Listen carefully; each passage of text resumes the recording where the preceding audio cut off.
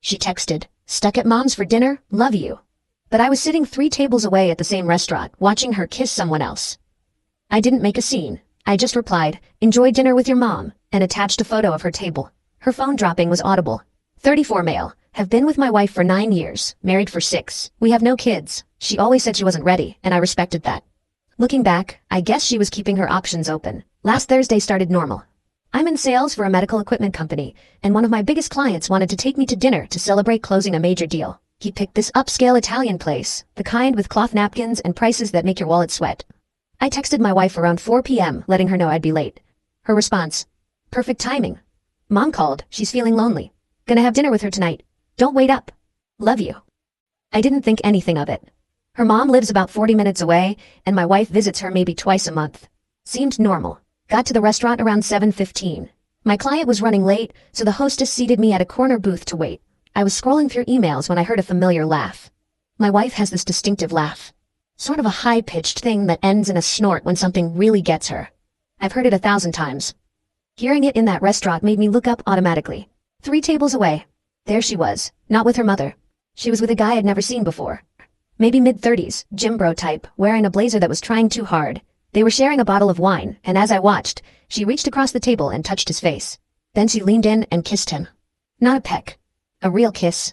My brain short-circuited for about 10 seconds. I just sat there, frozen, watching my wife make out with some random dude in public while I was supposedly too stupid to know.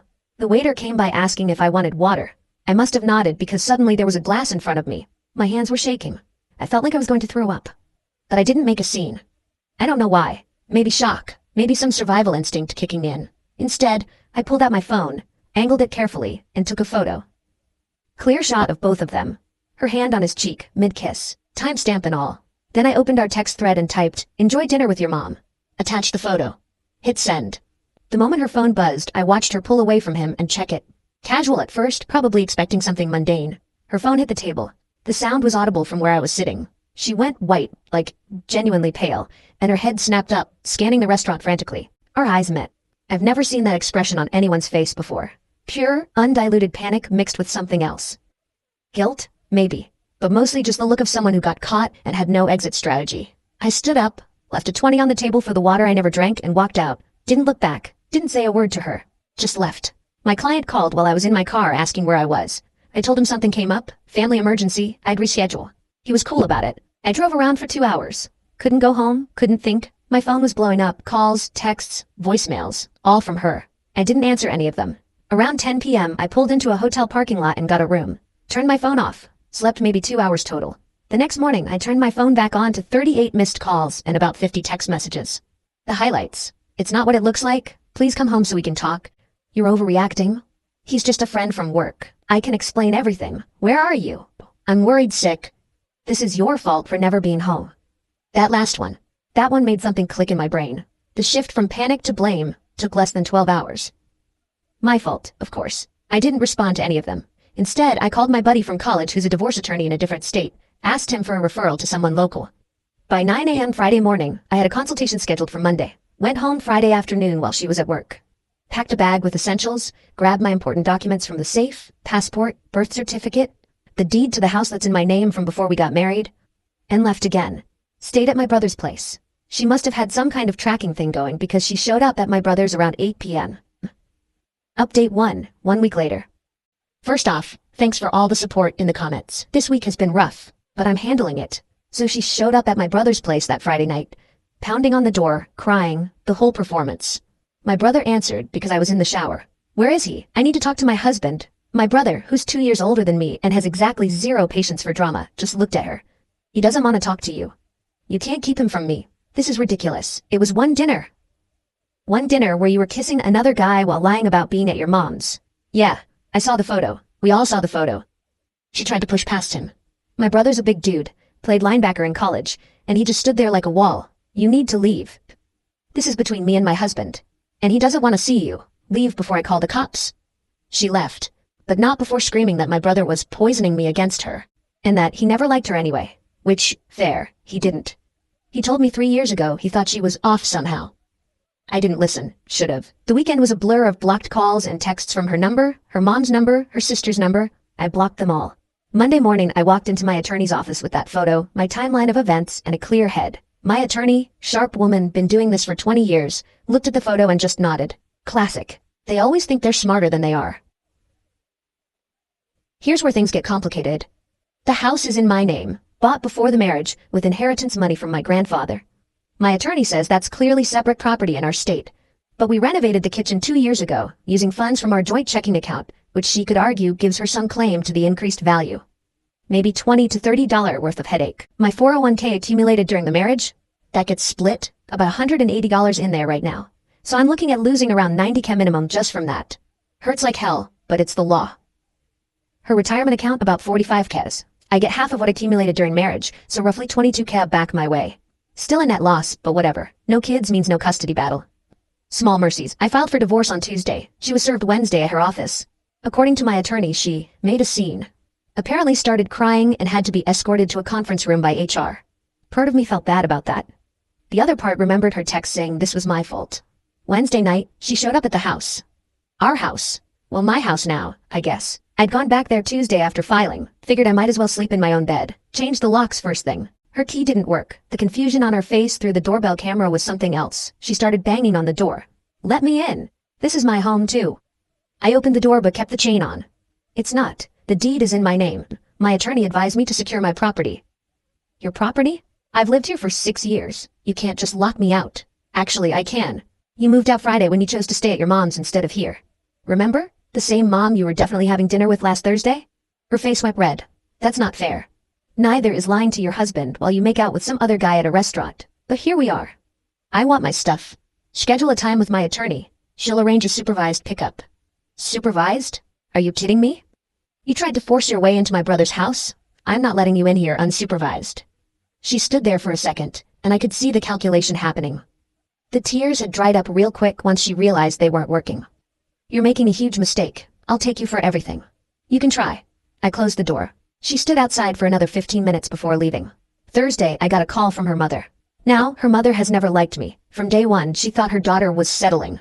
Too good for a sales guy, apparently. Should have married a doctor or a lawyer. Standard stuff. You need to stop this foolishness right now, she started. No hello, no nothing. Excuse me? This divorce nonsense. My daughter made a mistake. You need to forgive her and move on. A mistake is forgetting to pay a bill. Your daughter has been having an affair.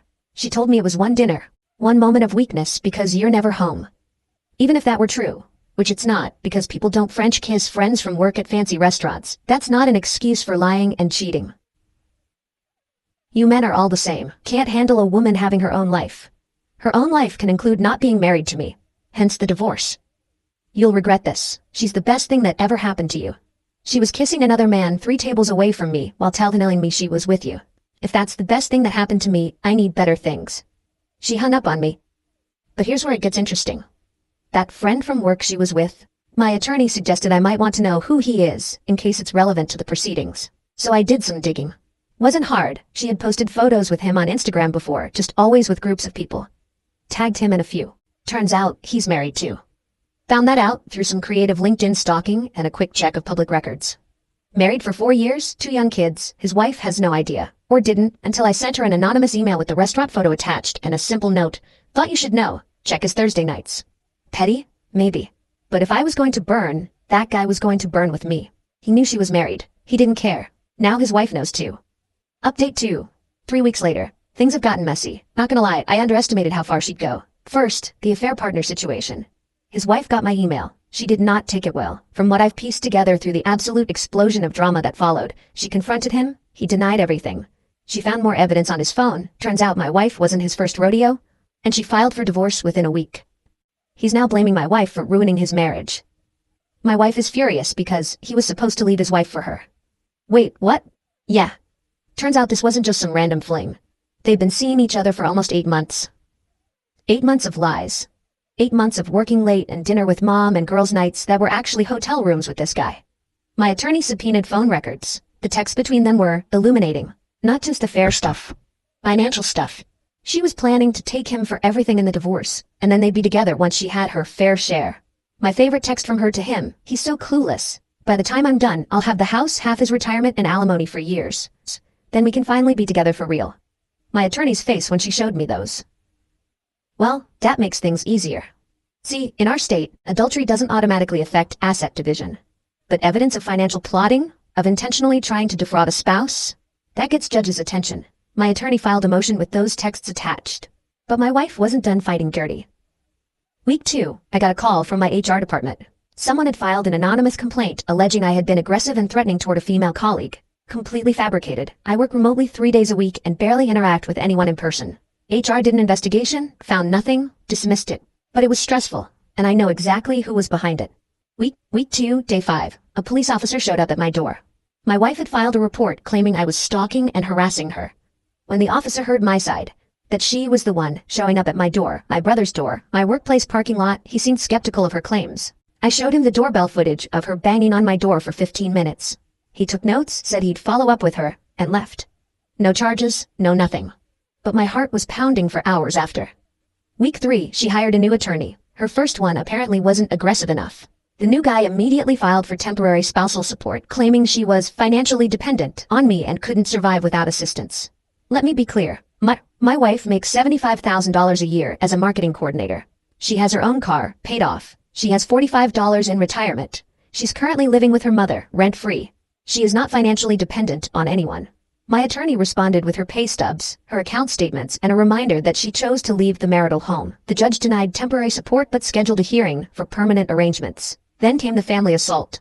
Not physical, emotional. Her mother started calling everyone in my family, my mom, my brother, even my aunt who she'd met maybe twice. Same story to everyone. I was overreacting. I was vindictive. I had driven her to this by being a workaholic who neglected his wife. My mom, bless her heart, told her mother-in-law exactly where she could stick that narrative. Apparently used language I didn't know she knew. Her sister reached out to my brother trying to get information about what I was planning. My brother told her to lose his number. Her dad, who I'd actually always gotten along with, called me directly. First reasonable conversation I'd had with anyone from her side. Son, I'm not calling to yell at you. I just want to understand what happened. So I told him. Everything. The restaurant, the photo, the texts my attorney found. The plot to take me for everything.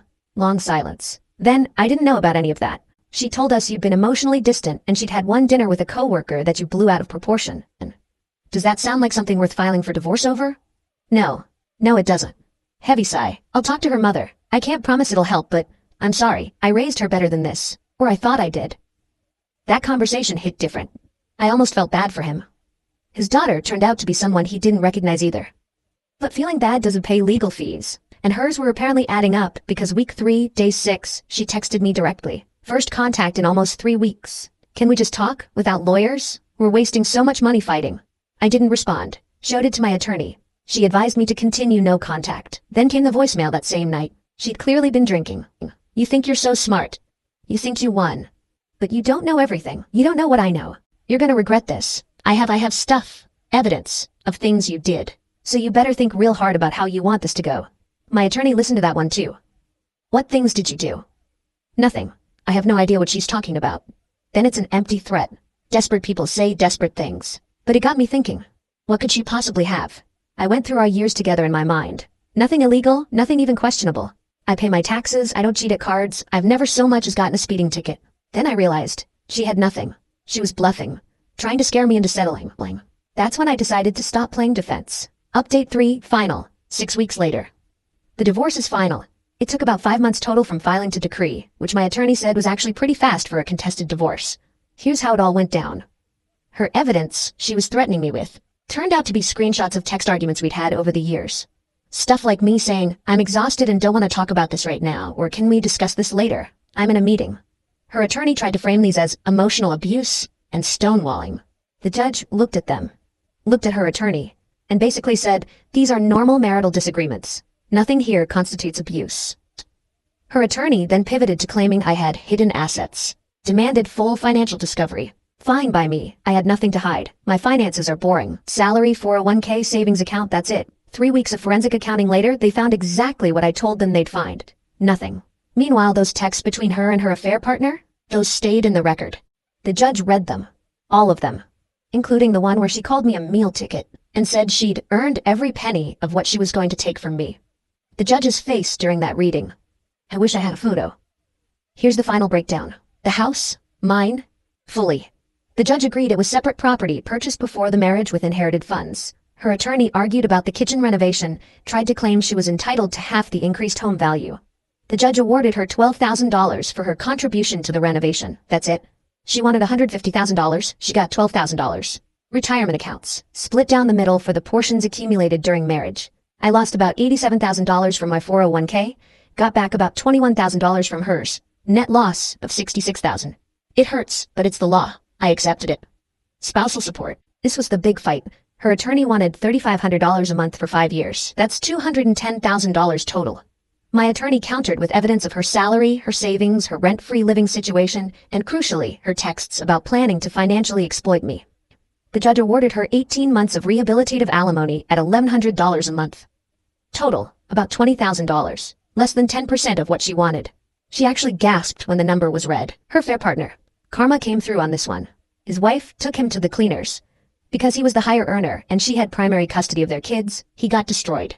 Lost the house, paying significant child support plus alimony, moved back in with his parents at 36 years old. My wife was apparently devastated that he could no longer afford to be with her. They broke up 2 weeks before my divorce was finalized. She tried to use that as evidence that she'd learned her lesson and deserved a better settlement. The judge wasn't impressed. The final hearing was something else. She showed up looking rough, clearly hadn't been sleeping, lost weight, the whole thing. Part of me felt a twinge of something. Not sympathy, exactly. More like recognizing that this was someone I'd spent 9 years with, and now she was a stranger. She tried one last appeal directly to me as we were leaving the courthouse. Her attorney had stepped away, mine was on the phone, and she cornered me by the elevators. Was it worth it? Destroying everything we built? I looked at her. Really looked at her. Tried to see the woman I'd married somewhere in there. You destroyed it. I just documented the wreckage. I made one mistake. You planned to take everything I had while sleeping with a married man for 8 months.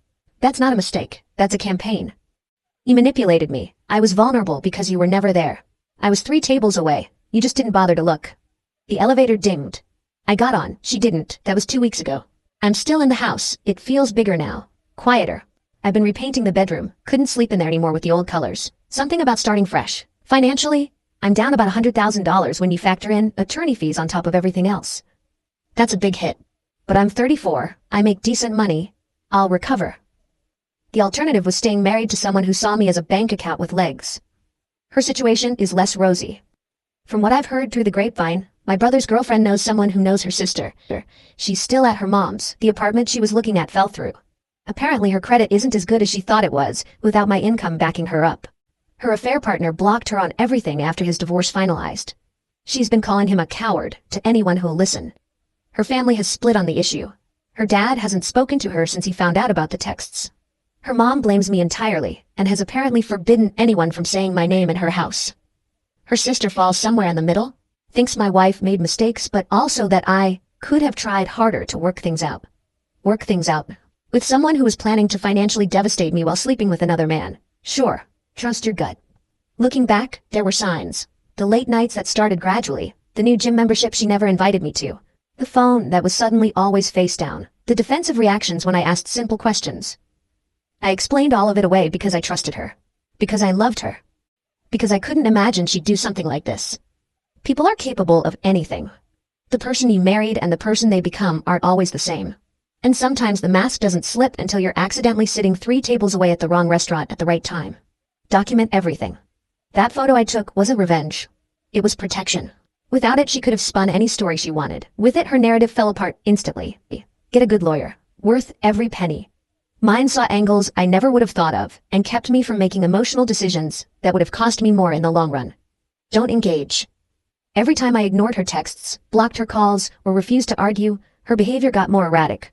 She was used to being able to manipulate through emotion. When that didn't work, she had nothing.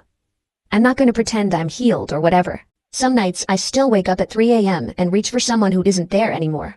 Some days I see something that reminds me of a good memory, and then I remember it was all built on a lie. That messes with you. But I'm moving forward. What choice is there? She texted me yesterday from a new number. I guess she figured out I'd blocked her old one. I hope you're happy. You ruined my life. I read it, thought about it for a minute, then blocked that number too. She ruined her own life. I just refuse to let her ruin mine too. That restaurant photo is still in my phone. Probably should delete it, but sometimes I look at it and remind myself, this is why I trust my instincts now. This is why I don't ignore red flags. This is what too good to be true actually looks like. The waiter at that Italian place, the one who brought me water while my world was falling apart. He probably has no idea he witnessed the beginning of the end of my marriage. Just another Thursday night for him. Funny how the biggest moments of your life can be completely invisible to everyone around you. And anyway, that's the story. 9 years, 6 of them married, ended by a text message, a photo, and the sound of a phone hitting a table. Time to figure out what comes next.